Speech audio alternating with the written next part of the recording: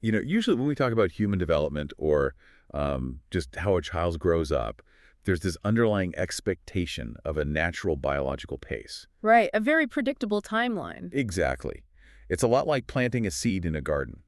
You provide the water, you make sure there's enough sunlight, then you basically just wait. Yeah, you can't really rush it. No, you can't. The seed sprouts when it's ready. The roots take hold at their own speed. The whole plant grows on a timeline that's been dictated by, well, millions of years of evolution. It's a very organic, slow cooking process. Right. It's slow, it's steady, and honestly, it's comforting. We are completely accustomed to things unfolding exactly when they are biologically programmed to unfold. Because there's no fast forward button on a tomato plant. I love that. Yeah, no fast forward button. But then you step into the modern educational landscape, and suddenly that slow evolutionary garden is just paved over with fiber optic cables. Oh, man.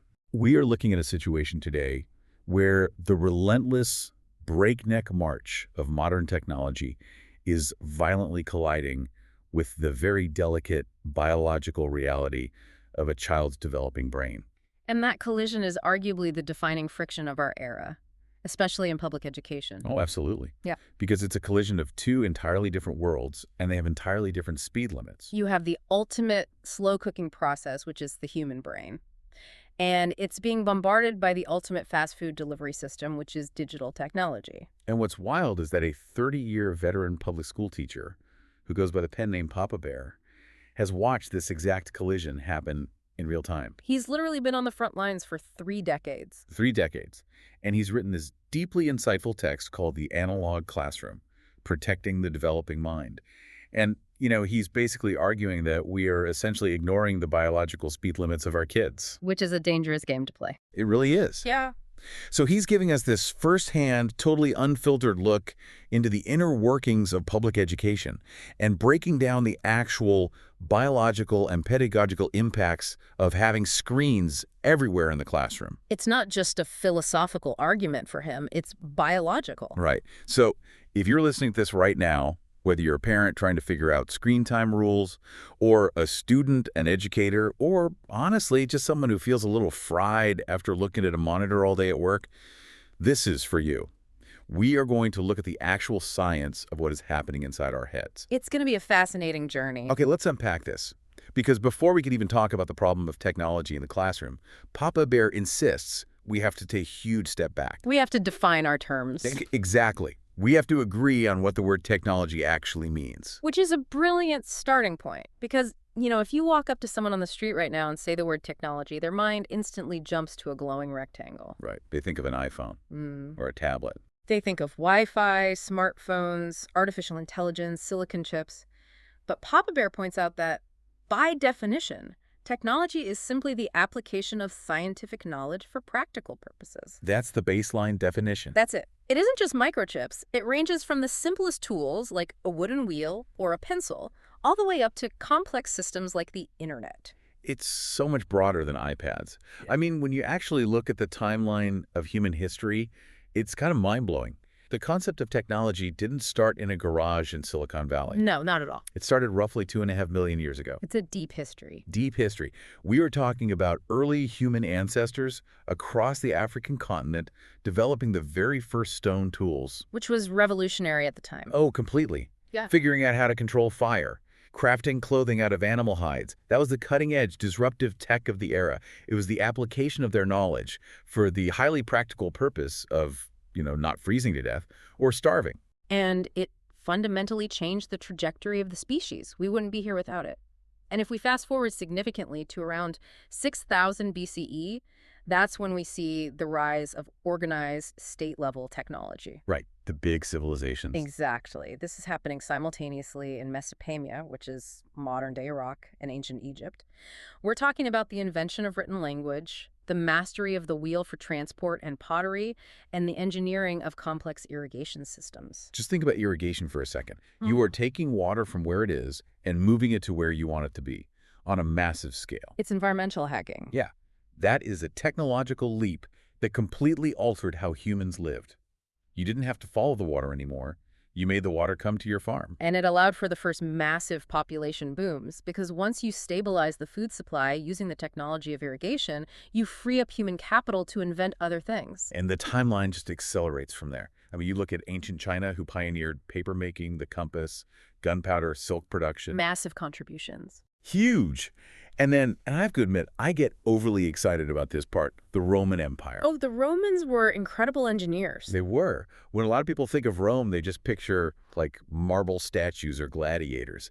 But their infrastructure was pure technological genius. It's still studied today in engineering schools. It's unbelievable. They had aqueducts moving massive amounts of water across valleys. They had public flush toilets, paved roads that connected an entire continent. The logistics alone are staggering. And they even had floor heating. The Romans had radiant floor heating in their bathhouses and villas. When I read that, it completely broke my modern bias. It really challenges what we think of as advanced. It shatters the assumption that technology requires electricity. They were doing this thousands of years ago. It forces you to realize that human beings have always been engineers. We are hardwired to build. And the timeline continues right through to England during the 18th century Industrial Revolution. Which changed everything about labor. Completely. It fundamentally shifted human labor from the muscle of humans and animals to the power of steam and coal. And remarkably, by the 1830s in England, you already have Charles Babbage conceptualizing the first mechanical computers. The 1830s, like before the American Civil War, someone was trying to build a computer out of brass gears. Exactly. It was a calculating engine. And that underlying drive eventually paves the way for the United States to become the epicenter for modern information technology in the 20th century. Right, the digital age. You get the invention of the transistor, the development of the early internet by the Department of Defense, and the explosion of the IT industry. So, okay, looking at this massive, sweeping 2.5 million year history, I had to play devil's advocate for a second. Go for it. Because if a simple wooden pencil is technology, and a papyrus scroll is technology, and an iPad is also technology, why should we treat them any differently in a school setting? That's the million-dollar question. I mean, think about transportation. Walking is a form of travel. Flying a supersonic fighter jet is also a form of travel. They're both just ways of getting you from point A to point B. Sure. But you wouldn't hand the keys to an F-16 to a 7-year-old and tell them to figure it out, right? If we connect this to the bigger picture, your analogy hits the nail on the head. The overarching concept of technology, which is using tools to extend human capability, is ancient, is fundamental to who we are as a species. Right. But the velocity of modern technology, and more importantly, how it biologically interacts with our nervous system, is entirely unprecedented. Okay, what do you mean by the biological interaction? Well, a pencil does not hijack your brain's dopamine reward system. Oh, wow. A piece of papyrus does not emit radiofrequency radiation. Yeah. And a physical textbook doesn't demand your divided attention by vibrating with notifications every 3 minutes. That is a very stark contrast. We are incredibly eager to adopt these modern digital tools because they are undeniably powerful, just like your F-16. But we often completely ignore the biological cost of wielding that much power, especially for a child whose brain is literally still under construction. I see. So it's not that the tool itself is evil or that Papa Bear just hates modern stuff. It's that the tool is too heavy for the biological hardware we currently possess. Exactly. It's a mismatch. But to understand why we are so eager to hand our kids these heavy tools, we really have to look at the massive problems they solve. Like you said, Papa Bear isn't just some angry guy shaking his fist at a router. No, it's very nuanced. He doesn't hate technology. In fact, he outlines 4 key pillars of technological progress that explain exactly why it shapes our modern world so drastically. And we need to go through these because we really have to be impartial here. Technology does an incredible amount of good. It absolutely does. You can't deny that. The first pillar he notes is efficiency and productivity. Technology automates repetitive tasks. It saves time and it drastically reduces human labor. Which is huge. This was the core driver of the agricultural revolution, the industrial revolution, and now the digital revolution. I mean, if you're listening to this right now, just think about your own morning today. Before noon, how many automated tasks have already saved you hours of manual labor? Probably dozens. Easily. Your coffee maker probably brewed on a digital timer. Your calendar automatically synced across 3 different devices and pinged you to remind you of a meeting. Your navigation app. Yes. Your map app routed you around a massive traffic jam using real-time satellite data. You didn't have to unfold a physical paper map or roll down your window to ask a stranger for directions. Thank goodness. Right. It's undeniable efficiency. We love it. We rely on it completely. And that leads to the second pillar, which is global connectivity. Digital tools and the internet have effectively broken down geographical barriers. The world is so much smaller now. It really is. We can communicate instantly, transfer capital across the globe in seconds, and collaborate on a scale that was physically impossible 30 years ago. And the third pillar builds right on that level of advancement, which is healthcare. Technology drives life-saving innovations. This one is literally life and death. It is. We are talking about advanced medical imaging, where doctors can see inside the human body without using a scalpel. Telemedicine that reaches patients in incredibly remote, rural areas who wouldn't otherwise see a specialist. And the rapid development of modern pharmaceuticals through computational biology, we can sequence genomes now. The benefits there are just miraculous. And then we hit the fourth pillar, which is really the crux of our entire deep dive today. Right. Education and innovation. Exactly. In theory, technology democratizes access to information. It provides platforms for unprecedented research and limitless creativity. And the theory is sound. If you have an internet connection, you theoretically have access to the sum of all human knowledge. You can learn quantum physics on YouTube. You can read the digitized archives of the Library of Congress while sitting in a coffee shop. It's incredible. It's a beautiful idea. And it's exactly the reasoning that led to a massive nationwide educational experiment. Because if you genuinely believe that technology democratizes information and that it makes learning infinitely more efficient. Which, why wouldn't you believe that, looking at the other pillars? Exactly. Then the most logical conclusion a society can make is to put a screen in front of every single student as early as physically possible. Get them on the fast track immediately. Why wait? Right. And that is exactly what one of the most highly advanced nations on Earth decided to do. Yes, the grand experiment. We were talking about Sweden. The Swedish paradox. The Swedish paradox. So let's set the stage here, because the context of Sweden is vital to understanding this. Sweden is a global powerhouse of technology. They are one of the world's leading incubators for what the tech industry calls unicorn startups. And just to clarify for anyone unfamiliar, a unicorn is a privately held startup company valued at over $1 billion. Right, $1 billion. And Sweden has an incredibly high number of these unicorns per capita. They punch way above their weight. They really do. Think about massive companies like Spotify or Skype. There is a massive tech footprint there. They have a highly advanced digital infrastructure, massive tech export industries, and a very strategic, security-focused approach to innovation. So we are not talking about a technologically illiterate country playing catch-up. Quite the opposite. They are, by all metrics, a society that has mastered the digital age. They build the tools that the rest of the world uses. And because of that deep cultural mastery, they were some of the most enthusiastic early adopters of digital learning on a global scale. It makes total sense. If your economy is driven by tech exports, you want your kids speaking the language of tech as fluently as possible. That was the exact mindset. The government and educational authorities initiated a massive digital push. They heavily equipped students with personal laptops and tablets. The explicit stated goal was to prepare these children for a highly digitalized modern workforce. They wanted to maintain their competitive edge globally. Absolutely. But they didn't just introduce these tools to, say, high schoolers who are getting ready for college or vocational training. The push was systemic. This is the part that really got me. Keyboards and touchscreens largely replaced the foundational use of pen and paper, even for preschoolers. That's the part that shocks people. It shocked me. You had young children, kids who were just learning the alphabet, just learning how to read and write, doing so on glass screens instead of with physical paper and crayons. They went all in. They trusted the tool. They completely trusted it. But then the reversal happened, and it is a fascinating, almost violent pivot.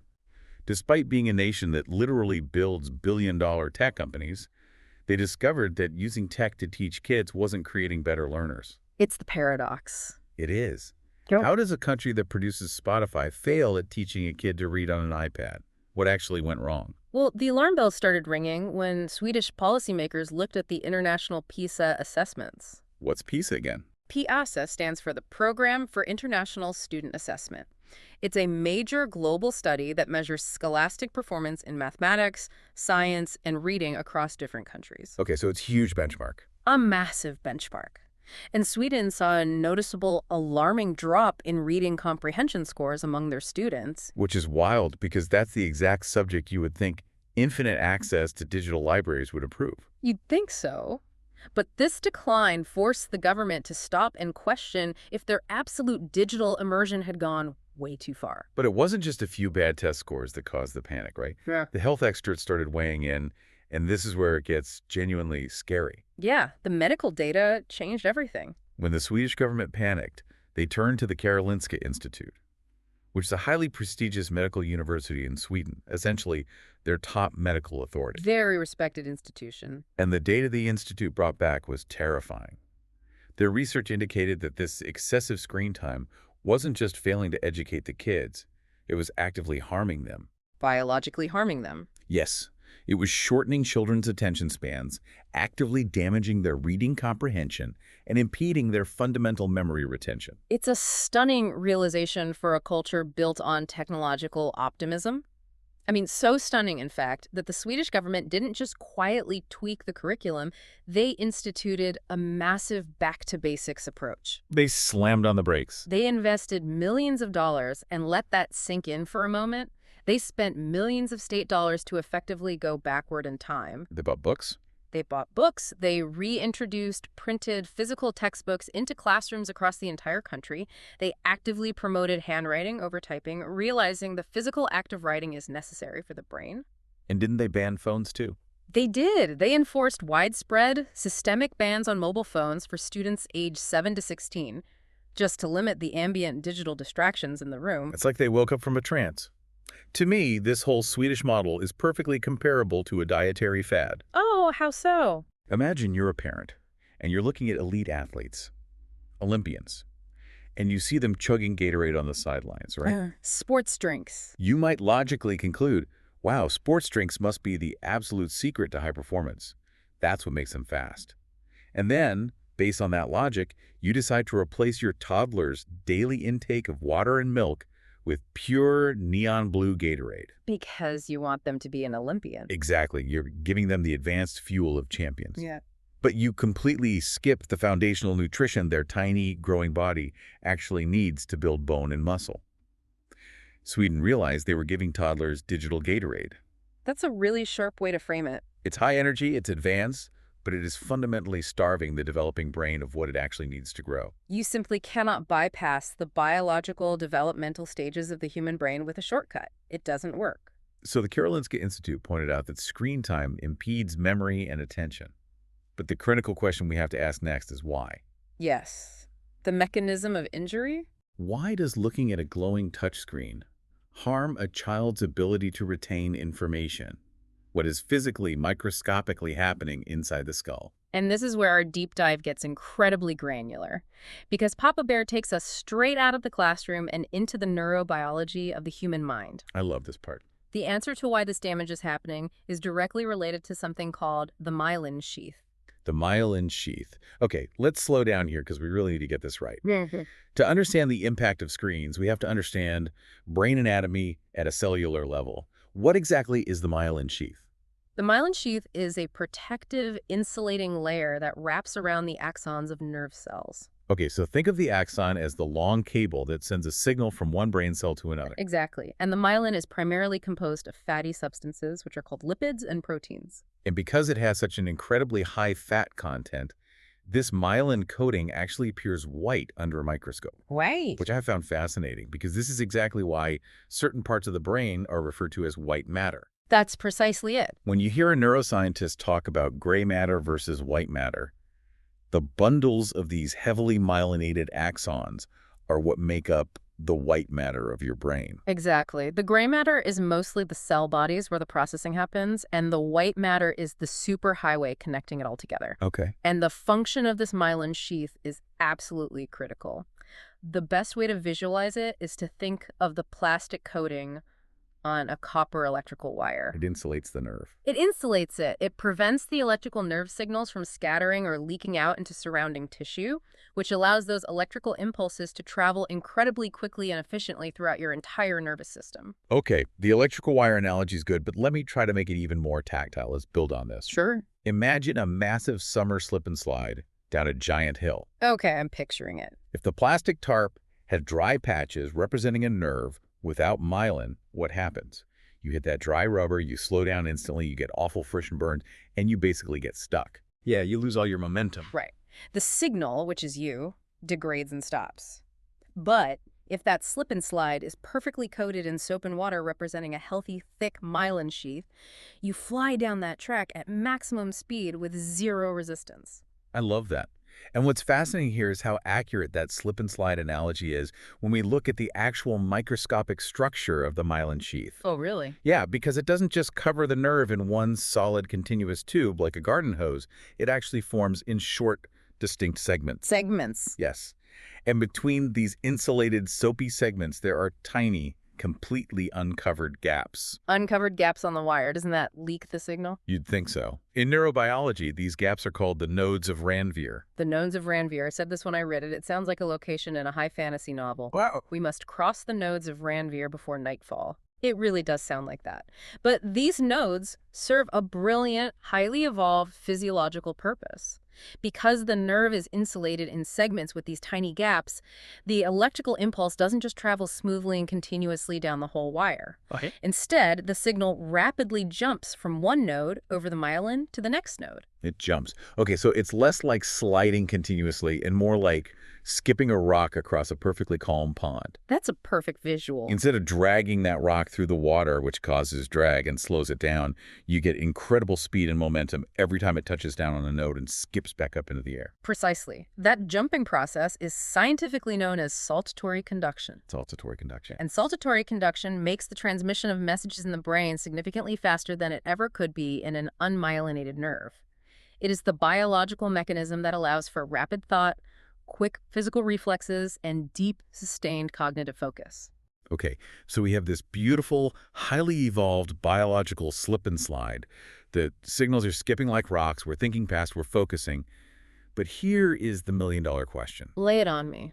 How on earth does looking at a tablet, let's say a kid, is playing a perfectly benign educational math game? How does that harm the myelin? Does the blue light physically melt the fat? Does the Wi-Fi laser it off? Papa Bear is very careful to clarify a huge misconception here. Because it sounds crazy when you first hear it. He is incredibly insistent on this point. Technology does not physically burn or slice away the myelin sheath like a laser beam. It's not melting the fat. The damage is much more insidious than that. Okay, what's actually happening then? What Papa Bear explains is that excessive interactive screen time, constant exposure to radiofrequency radiation, and unrelenting digital multitasking combine to cause profound cellular stress in the brain.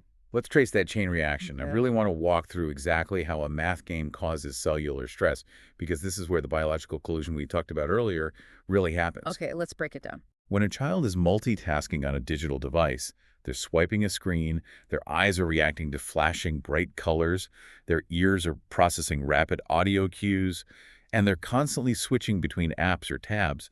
Their brain is working in absolute overdrive. It creates an incredibly high energy turnover in the brain. The neurons are firing constantly to process all that rapid-fire, fragmented stimuli. It's exhausting just thinking about it. And just like a car engine running at maximum RPM produces a ton of exhaust, a brain running at high energy turnover produces metabolic exhaust. Metabolic exhaust. Yes.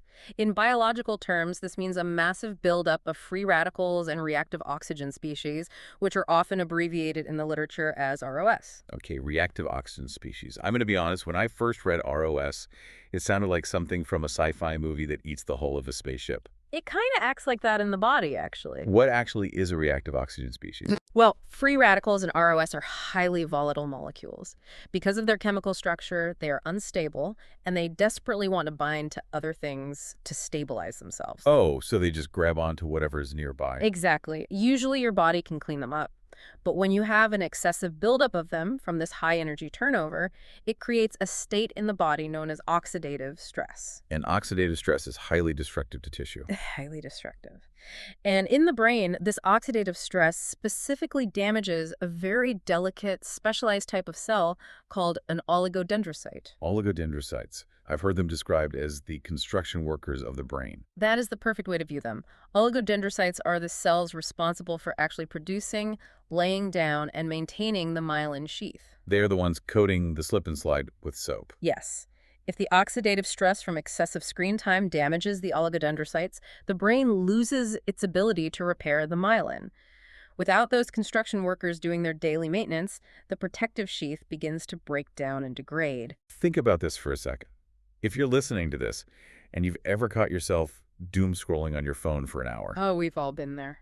just swiping through short videos or reading angry comments, think about how physically exhausted your brain feels afterward. You feel foggy, your eyes are tired, you literally can't concentrate on a book if you try to read one right after. It's a very real physical sensation. That heavy brain fog you feel is the macroscopic symptom of that cellular stress. You are feeling your brain struggle with that metabolic exhaust. Now, translate your adult fatigue into the biological reality of a young, developing mind. That's the most alarming part of this research, because your adult brain is largely finished building its white matter. But children and teenagers have brains that are actively growing. They're still laying the foundation. They are actively myelinating. Their oligodendrocytes are supposed to be working overtime right now to build the neural pathways that will serve them for the rest of their lives.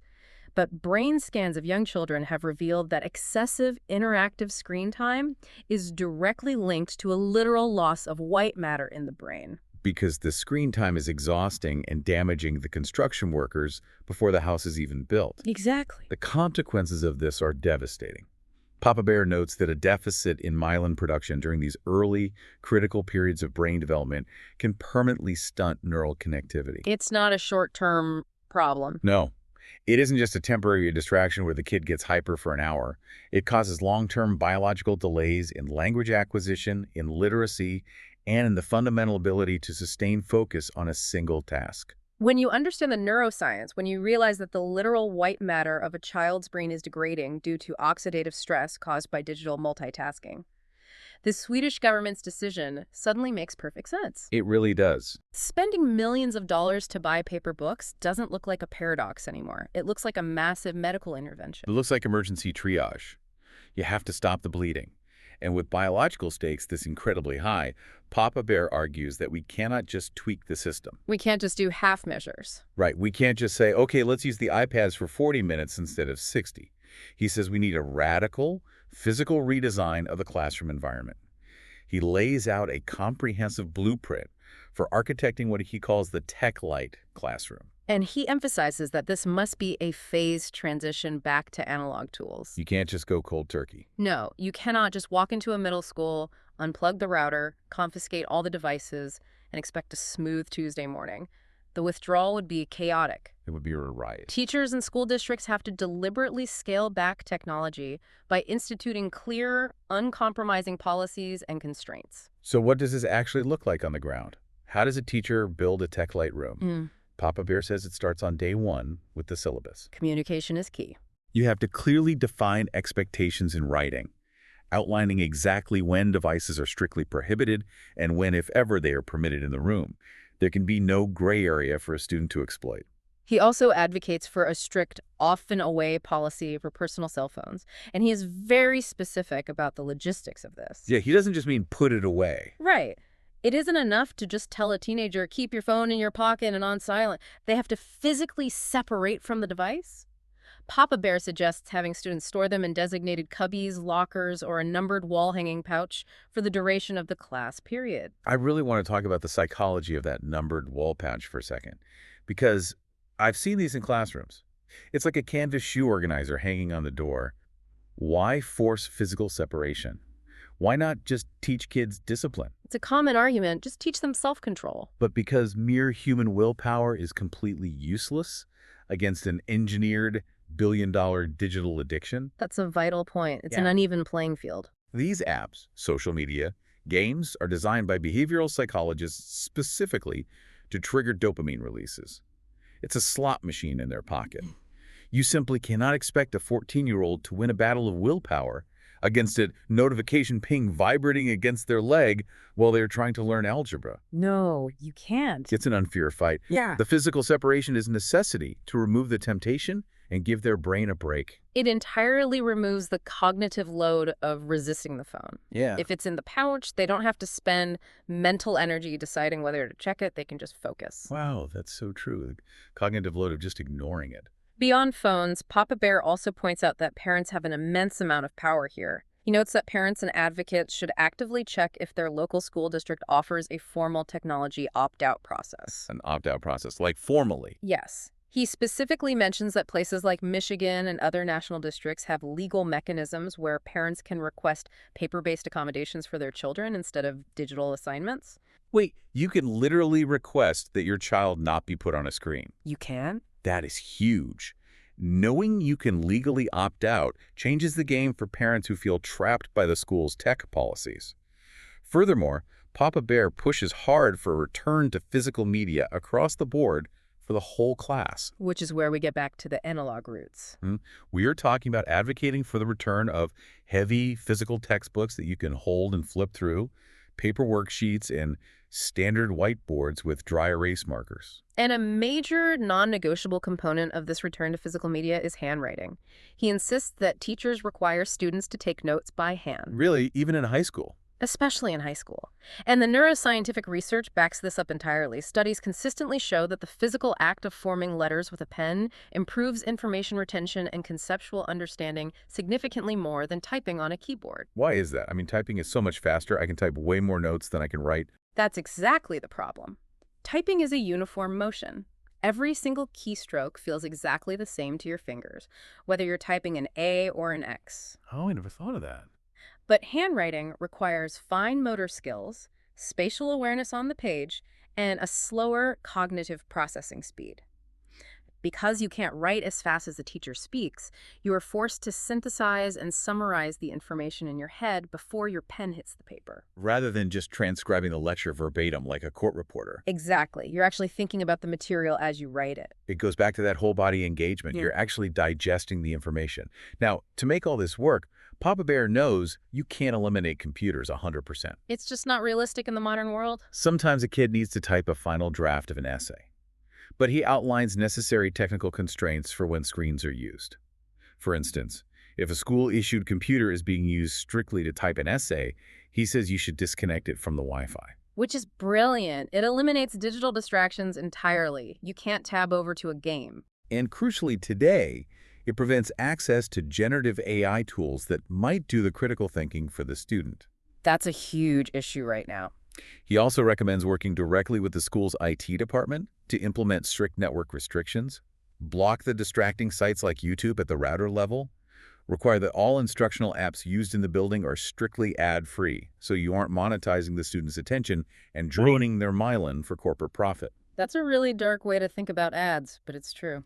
And my absolute favorite logistical tip he gives for when screens are absolutely necessary in the classroom is for the teacher to use a physical wireless mouse. It's such a practical, boots-on-the-ground workaround. It really is. By holding a wireless mouse, the teacher isn't tethered to the desk at the front of the room clicking through slides. They have total freedom of movement. Walking behind the students allows the educator to monitor all the screens in real time, ensuring no one is hiding off task tabs. So what does this all mean? When you look at the numbered phone pouches on the wall, the heavy physical textbooks, the disconnected Wi-Fi, the teacher pacing the back of the room, these policies aren't about punishing kids. Not at all. It might feel like a punishment to a teenager who is addicted to their screen. But the true goal is to create a biological sanctuary.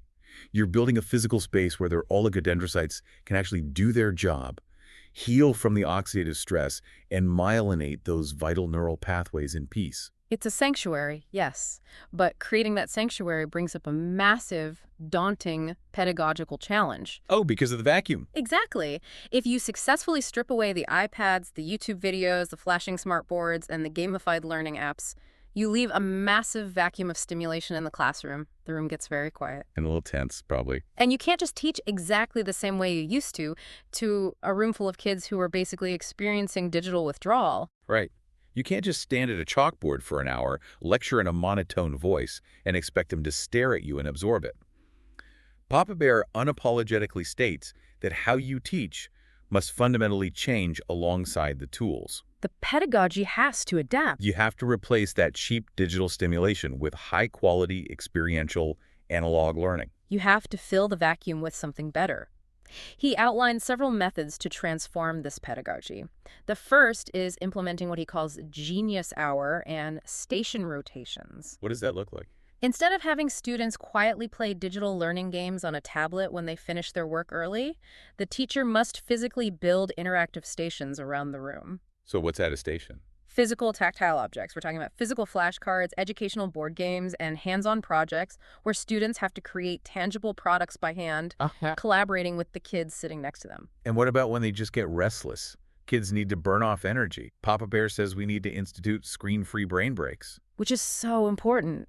In a lot of classrooms today, if kids are antsy, the teacher will project a YouTube dance video or a guided meditation on the smartboard for the kids to follow along with. Papa Bear says no. Keep the screens off. The teacher should lead the class through physical stretching themselves, or even empower a student volunteer to get up front and lead the routine. Look at human beings, not screens. He also strongly advocates for place-based learning. This is the simple but profound act of taking lessons outside the four walls of the classroom, Like field trips. or even just walking outside. Have the students explore the local community or just the actual school grounds. The goal is to physically connect the abstract subjects they're learning in a textbook to the tangible, real world around them. And for subjects that can be dry, like literature or history, he suggests collaborative role play. Getting them out of their seats. Yes. If you want to deepen comprehension about the American Revolution, don't have them watch a documentary clip. Have these students physically act out the historical moments. Have them role-play the emotional responses of characters in a novel to understand their motivations. These analog methods are incredibly effective because they require whole-body engagement. When a student is moving their arms, acting out a scene, speaking out loud, and touching physical objects, multiple areas of the brain are activated simultaneously. It's multisensory. It is multisensory input, and it is exactly what supports the healthy, robust development of those myelinated neural pathways we discussed earlier. It builds strong, thick, white matter. I hear all of this, and I completely agree with the science. The biology makes perfect sense. But I have to push back here on behalf of the teachers listening. Go ahead. This sounds absolutely exhausting for the educator. It is a massive labor request. There's no denying that. Think about the difference for a parent on a rainy Saturday afternoon. It's the difference between putting a 2-hour movie on the TV for your kids so you can sit down and drink a cup of coffee in peace, versus physically dragging out all the blankets and chairs and building a massive pillow fort with them in the living room. That's a very real comparison. Building the fort is obviously better for their development. It requires creativity. It's more memorable. But it takes immense parental energy. Papa Bear is essentially asking teachers to build the fort every single day for 30 kids at a time for 9 months straight. I don't think Papa Bear would deny that. It is undeniably harder to orchestrate a 30-student collaborative role play than it is to assign a pre-made module on a reading app. Way harder. But Papa Bear, speaking as a 30-year veteran who has seen the transition, is arguing that the short-term exhaustion of preparing analog lessons pays off by preventing the long-term exhaustion of managing a classroom full of dysregulated, digitally distracted, and cognitively burned-out students. Oh, that's the trade-off. Do you want to work really hard on the lesson plan on Sunday night? Or do you want to fight behavioral issues, apathy, and cellular stress every single day of the week? Precisely. You pay the piper either way, and does this massive effort actually pay off? Is the fort worth building? Papa Bear points to real-world examples and concrete benefits that prove it is absolutely worth it. Let's look at those proven benefits, because this is the light at the end of the tunnel. First, Papa Bear points out there is a massive return to deeper focus. And he backs this up with sources like Harvard's Box Center, which notes that eliminating devices significantly reduces distractions. And not just for the kid with the phone? Crucially, not just for the individual student holding the phone, but for their peers around them. The ambient distraction. Right. If I'm sitting next to you and you're watching a video on your laptop, the glowing screen in my peripheral vision is pulling my focus, even if I'm trying to pay attention to the teacher. Removing the screens eliminates that ambient distraction for the whole room. Second, there is a marked return to better memory. Removing screens generally increases conceptual retention and allows for much deeper critical thinking. Because they're handwriting and acting things out. Exactly. When you read from a physical book and write notes by hand, you aren't just skimming for a keyword so you can click a multiple choice button. You are internalizing the narrative. And third, you see a massive reduction in tech fatigue. Stepping away from the digital devices helps alleviate the cognitive burnout, the dry eyes, the headaches, and that cellular brain fog we talked about earlier. Kids actually have energy at the end of the day. To prove that this isn't just a utopian theoretical idea that only works on paper, Papa Bear points to a real-world institution, the Waldorf School of Garden City. Okay, what is that? This is a prime example of a thriving, tech-free, tactile learning environment that has been doing this successfully for decades.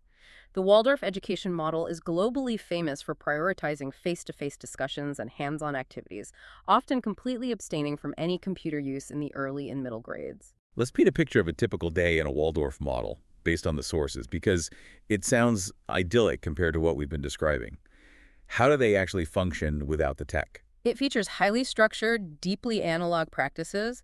As we mentioned with physical media, they rely heavily on traditional bound notebooks, big, heavy textbooks, and massive chalkboards or large whiteboard walls. You won't find a smartboard in the room.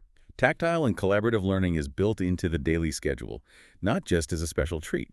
Lessons incorporate hands-on materials like modeling clay for geometry, physical loose parts for math, and rich art supplies. It's very hands-on. When they do projects, it frequently involves in-person group work where kids have to negotiate with each other and standing up to do public speaking rather than quietly submitting a digital file to a cloud server. And they lean heavily into experiential education. Many tech-free schools, especially in the Waldorf tradition, take learning outside to working gardens or even on-campus microfarms. Microforms at a school. That's amazing. It is. Students study biology and environmental science firsthand by literally digging their hands into the dirt, planting seeds, and watching them grow, not by clicking through a virtual simulation of a plant life cycle. Because the devices are entirely absent, the culture of the room organically shifts. The focus naturally moves toward active engagement. You see peer-to-peer debates, interactive, face-to-face storytelling, and rich direct instruction from the teacher. The teacher is the focal point, not a facilitator for a software program. Now, there is a crucial caveat here that Papa Bear includes, which is very important for accessibility. Being analog doesn't mean ignoring students with specific needs. Specialized accommodations are kept on hand. Right, it's not a dogmatic rejection of all modern tools. Exactly. Educators ensure that resource materials and assistive devices like speech-to-text programs for a student with a severe learning disability or visual impairment are readily available to ensure equity. The goal is to meet those specific, individualized needs without compromising the foundational, non-digital structure of the room for everyone else. But this brings up a really fascinating and honestly slightly disturbing socioeconomic point. When we look at schools like Waldorf, there's a known irony here. This raises an important question, the Silicon Valley irony. Yes, it is a known fact that many high-level tech executives, the very engineers, designers, and CEOs building our digital world, the ones creating the educational apps and the tablets, choose to send their own children to expensive, elite, analog, tech-free schools like Waldorf. They know exactly how the sausage is made. They really do. They know exactly what is in the digital Gatorade and the oxidative stress it causes, so they make absolutely sure their own kids get the organic milk. Exactly. And it forces us to ask a really uncomfortable question. Are we accidentally creating a two-tiered society in education? A society where the wealthy and privileged have access to elite, analog, hands-on education with low student-teacher ratios, gardens, and clay, while the masses in underfunded public schools are relegated to cheap, screen-based digital instruction simply because it requires less human labor and is cheaper to scale. That is a chilling thought. If the elite are hoarding analog education, it tells you everything you need to know about its value. And it really underscores why Papa Bear's mission to bring the analog classroom back to the public education sector is so vital. It isn't just about nostalgia, it is about cognitive equity. Every child deserves the right to build healthy white matter, regardless of their zip code. Well, looking at the time, we need to pull all of these incredible massive threads together. It has been an absolute journey through this material. It really has. Think about the narrative arc we just covered. We started 2.5 million years ago, tracking the deep human history of tool-making, from stone hand axes on the African continent to Roman aqueducts and floor heating. Which I'm still amazed by. Right. We watched a highly advanced nation like Sweden push digital learning to its absolute limit, assume toddlers needed keyboards, only to realize the devastating effects on reading scores and spend millions to pivot back to paper books. The great pivot. We zoomed in microscopic to look at the beautiful fatty myelin sheath and how oxidative cellular stress from screens acts like a wrecking ball to those delicate oligodendrocytes. And finally, we explored Papa Bear's radical analog revolution, a desperate but incredibly hopeful return to paper, clay, dirt, and face-to-face human debates. It really highlights a profound lesson that sometimes progress isn't about constantly adding more complexity or faster tools. Sometimes true progress is about recognizing our biological limits and respecting the vessel we live in. Exactly. And to you, listening right now, whether you are a parent trying to manage your kid's tablet time, a college student struggling to focus on a PDF textbook, or just a working professional staring at a dual monitor setup for 9 hours a day, your myelin sheath matters. It really does. Taking analog breaks, reading a physical paper book, going for a walk outside without your phone in your pocket, these aren't just acts of quaint nostalgia. It is literally basic, necessary biological maintenance for your brain. You have to let the construction workers do their job. It really forces a reevaluation of what we consider advanced. If technology is fundamentally defined as the application of scientific knowledge for practical purposes, perhaps the most advanced technology we can deploy in the modern classroom or in our modern lives isn't a microchip or a generative algorithm at all. Perhaps the ultimate technology is the deliberate, scientifically backed application of silence, nature, and human connection. What if going backward is actually the ultimate leap forward? I love that. Silence and human connection as a technology. It brings us right back to where we started, that incredible tension between the lightning speed of our inventions and the slow, steady biological pace of the human garden. We cannot pave over the garden and expect it to bloom. Thank you so much for joining us on this deep dive today. Take care of your brain, maybe grab a real physical book tonight, and we will catch you on the next deep dive.